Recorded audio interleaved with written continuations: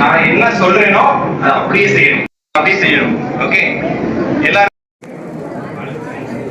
Okay. வலது கையில ஆள்காட்டி விரல் மட்டும் பாயிண்ட் பண்ணி வச்சுக்கோங்க. நீங்க இங்க கவனிக்கலாம், அந்த கேம் விளையாட முடியாது. சரி, எல்லாரும் என்ன பண்ணுங்க, உங்களோட நெத்தி தொடுங்க. நான் விசிபிளா இருக்கும். ஓகே, உங்களோட வலது கண்ணை தொடுங்க. ஓகே, இடது கண், வலது கண்ணம், இடது கண்ணம், தாடை,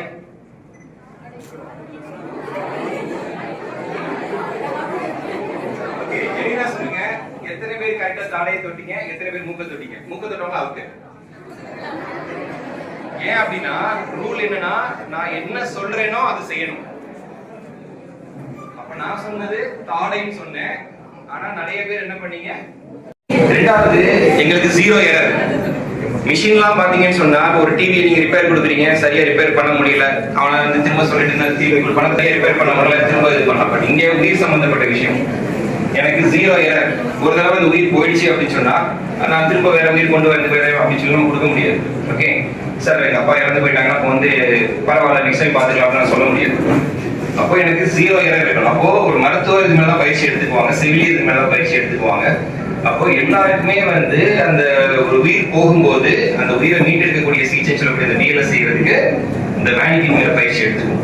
ஓகே சரி, எதுக்காக இந்த ஒரு பயிற்சி பண்ணணும் அப்படின்னு சொன்னா, ரொம்ப ஒரு சிம்பிள் கொஸ்டின் சொல்றேன். இந்த இதுமே நான் முன்ன பதில் சொல்லல. எதுக்காக அந்த ட்ரில் பண்ண அப்படின்னு சொன்னா, நீங்க எல்லாரும் என்ன செஞ்சீங்க, என்ன பார்த்தீங்களோ அதை செஞ்சீங்க. நான் செய்யறத உங்க கண்ணு பாக்குது, கண்ணு பாக்குறத நீங்க செய்யறீங்க, அதான் முக்க தொட்டீங்க. நானும் தொட்டு நீங்க முக்க தொட்டீங்க. அப்ப என்ன அர்த்தம்னா, விஷுவல் ஆடியோ ரெண்டு இருக்கு இல்லையா? காது வழியா கேட்கிற செய்தி, கண்ணு வழியா கேட்கிற செய்தி ரெண்டு இருக்கு. அப்போ மூளை எதுக்கு அதிக இம்பார்ட்டன்ஸ் கொடுக்கும் அப்படின்னு பாத்தீங்கன்னா, கண்ணு வழியா பார்க்கக்கூடிய நிகழ்ச்சிக்கு தான் அதிகமான முக்கியத்துவம் கொடுக்கும். காது வழியா கேட்கறதுக்கு மூளை முக்கியத்துவம் கொடுக்காது. அதனாலதான் இப்ப அந்த சிபிஆர் படம் ஒரு சினிமால வந்திருக்கு. என்ன படம் தெரியுமா? ரஜினி நடிச்ச படம். வந்து டாக்டர் கூப்பிட்டு ஹாஸ்பிட்டல் கன்சர்ன் சைடு போவாரு. அங்க ஒரு பையன் ஷாக் அடிச்சு விழுந்துருவாரு. சிவாஜி அந்த டாக்டர் ரகுவரன் சொல்லி அடிச்சு இது பண்ணுவாரு. அதே மாதிரி ரஜினிக்கும் ஷாக் அடிக்கும். சிவாஜி தெரியுமா? சிவாஜி 20 வருஷம் ஆச்சு. நிறைய பேர் பிறந்திருக்க மாட்டீங்க இன்னைக்கு. ஆனா நான் இன்னைக்கு அந்த சீனை சொன்ன உடனே அந்த படத்தை பேரை சொல்றீங்க. காலையில 9:30 மணிக்கு உங்க ப்ரொஃபசர் கிளாஸ் எடுத்திருப்பாங்க, ஒரு வாரமா ப்ரிப்பேர் பண்ணி எடுத்திருப்பாரு. இப்ப நான் 12 மணிக்கு அந்த கிளாஸ் பத்தி கேட்டா உங்களுக்கு சொல்ல முடியாது. ஏன்னா எதுக்காக உயிர் வாழ ஆசைப்படுறோம்? சார் நான் 20 வயசு ஆயிடுச்சு, எல்லாம் சாப்பிட்டாச்சு, ஐஸ்கிரீம் சாப்பிட்டேன், பிரியாணி சாப்பிட்டேன், அப்ப சாகலாமே, அனுபவிக்கிறது ஒண்ணுமே கிடையாது, நான் சாகலாமே.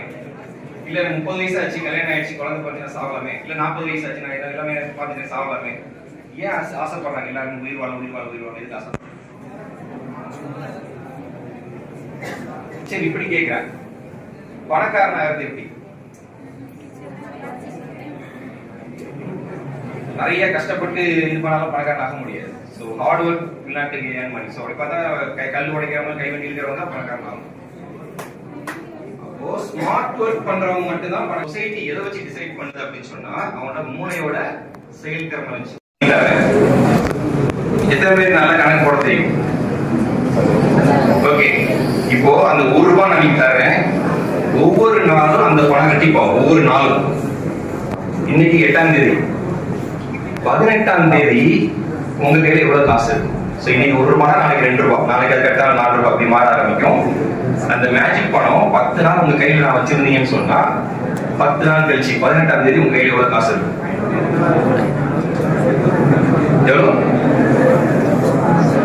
ரொம்ப சிம்பிள் கணக்கு. சோ இன்னைக்கு ₹1, நாளைக்கு ₹2, அதுக்கு அடுத்த நாள் ₹4, ₹8, 3ஆவது நாள், 4ஆவது நாள் ₹16, 5ஆவது நாள் ₹32, 6ஆவது நாள் 64, 7ஆவது நாள் 128, 8ஆவது நாள் 256, 9ஆவது நாள் 512, 10ஆவது நாள் ₹1024.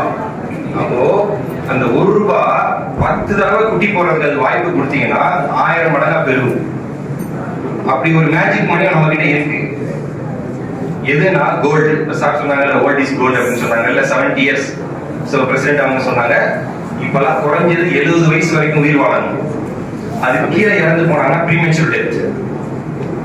அப்போ இன்னைக்கு உங்க வயசு 20, உங்ககிட்ட 1 லட்சம் ரூபாய் பணம் இருக்குன்னு சொன்னா, 1 ரூபாய்க்கு மேல பெருசா சிந்திக்கலாம். 1 லட்சம் ரூபாய் காசு இருக்குன்னு சொன்னா, இன்னைக்கு போய் தங்கம் வாங்குறீங்க, 1 லட்சம் ரூபாய்க்கு உங்களுக்கு 10 கிராம் வாங்க முடியும்.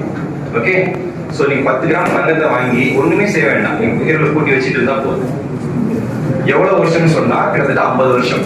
நீங்க 20 வயசுனா 70 வயசு கழிச்சு பீரோல திறந்து பாத்தீங்கன்னா அந்த தங்கத்தோட வேல்யூ எவ்வளவு. சோ தங்கத்தோட மதிப்பு ஒவ்வொரு 5 வருஷத்துக்கு ஒரு ரெட்டிப்பாகுது. சரியா? நான் டெய்லி ரெட்டிப்பாகுதுன்னு சொன்ன மாதிரி இந்த தங்கம் வந்து ஒவ்வொரு 5 வருஷத்துக்கு ஒரு ரெட்டிப்பாகுது. இன்னைக்கு வேல்யூ 1 lakh rupees. 10 கிராம் தங்கத்தை நீங்க பீரோல வச்சு கூட்டி வச்சிருக்கீங்க, அதை நீங்க செலவே பண்ணல. அப்போ 50 வருஷம் கழிச்சு அப்ப 10 தடவை குட்டி போடுது. ஒவ்வொரு 5 வருஷத்துக்கு 2 தடவை மாறும்னு சொன்னா 10 தடவை குட்டி போடுறது 50 வருஷம் ஆகும். 70 வயசுல போய் நீங்க உயிரோட இருக்கிறீங்க, திறந்து பாக்குறீங்க, அன்னைக்கு அதோட மதிப்பு எவ்வளவு இருக்கும்?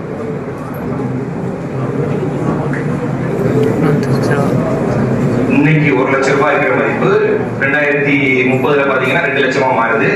அப்படியே டபுள் ஆகிட்டே போகுது. சோ 50 வருஷம் கழிச்சு எவ்வளவு மதிப்பு இருக்கு அதுக்கு? 10 கோடி ரூபாய். 1000 மடங்கு பெருகும். 1 லட்சத்தை 1000 மல்டிப்ளை பண்ணி பாருங்க, 10 crores. அப்ப நோகாம கோடீஸ்வரன் ஆயிடலாம். உண்மைக்கு என்னன்னா அந்த 1 லட்சம் ரூபாய் போய் செலவு பண்ணக்கூடாது, வித்து சாப்பிடக்கூடாது. அப்ப அந்த தங்கத்தை நீங்க டிஸ்டர்ப் பண்ணாம நீங்க அதுக்கேற்ற உங்களுக்கு போடுற ட்ரெஸ்ஸுக்கு ஒரு அத்தியாவசிய தேவைக்கான சம்பாதிச்சா போதும். உடல் நலம் ஏதாச்சும் சொன்னா அதை பாதுகாக்கிறதுக்கு ட்ரீட்மெண்ட் பண்ற செலவு வேணும், ஸ்கூல் ஃபீஸ் காலேஜ் ஃபீஸ் கட்டுறதுக்கு இது பண்ணணும், சாப்பிட்றது சம்பாதிக்கணும். அதை மட்டும் சம்பாதிச்சுட்டு அந்த 1 லட்சம் ரூபாய் மதிப்புள்ள தங்கத்தை படி நீங்க தொடாம இருந்தீங்கன்னா 70 வயசு ஆகும்போது அதோட மதிப்பு 10 கோடி ரூபாய். ஒண்ணுமே செய்யாம ஸ்மார்ட் ஒர்க், ஒண்ணுமே செய்யாம கோடி சொன்னாங்க. நான் சொல்றது பொய் நினைச்சீங்கன்னா 100 வருஷத்துக்கு முன்னாடி தங்கத்தோட மதிப்பு பாத்தீங்கன்னா கிட்டத்தட்ட வந்து 12 ரூபாய். ஒரு பவுன் விலை 12 ரூபாய். 1 கிராமோட விலை 1 ரூபாய் 50 காசு. இன்னைக்கு அதோட விலை 9400 ரூபாய். 100 வருஷத்துல தங்கத்தோட மதிப்பு கிட்டத்தட்ட 8000 மடங்கு பெருகிருக்கு. நான் வேற 1000 மடங்கு தான் பெருக சொல்றேன். அன்னைக்கு ரேட்டுக்கு 2020 10 கிராம் தங்கம் வச்சிருந்தாங்கன்னா ஒரு சைக்கிள் வாங்கலாம். இன்னைக்கு ரேட்டுக்கு ஒரு 10 கிராம் இதே அந்த 40-50 வருஷம் கழிச்சு இதே 10 கிராம் தங்கம் வச்சுன்னா ஒரு கார் வாங்கலாம். ஒரு 100 வருஷம்